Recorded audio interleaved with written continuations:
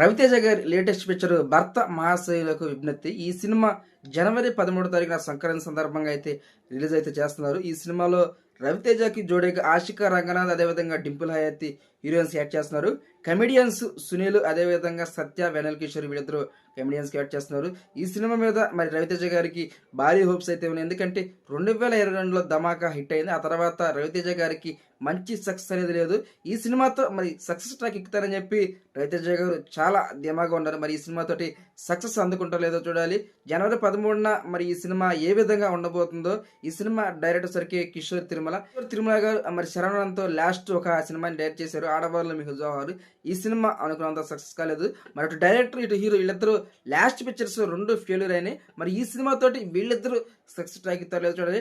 Music వచ్చేసరికి beams శశిరియో ఇవ్వడం జరిగింది. ఇతను మరి మనశంకర వరప్రసాద్ గారి సినిమాకు కూడా మరి మ్యూజిక్ అయితే అందించాడు. ఈ సినిమా మరి ఏ విధంగా ఉండబోతుందో జనవరి 3వ తారీఖున అయితే ఈ సినిమా అయితే రిలీజ్ జరగబోతుంది.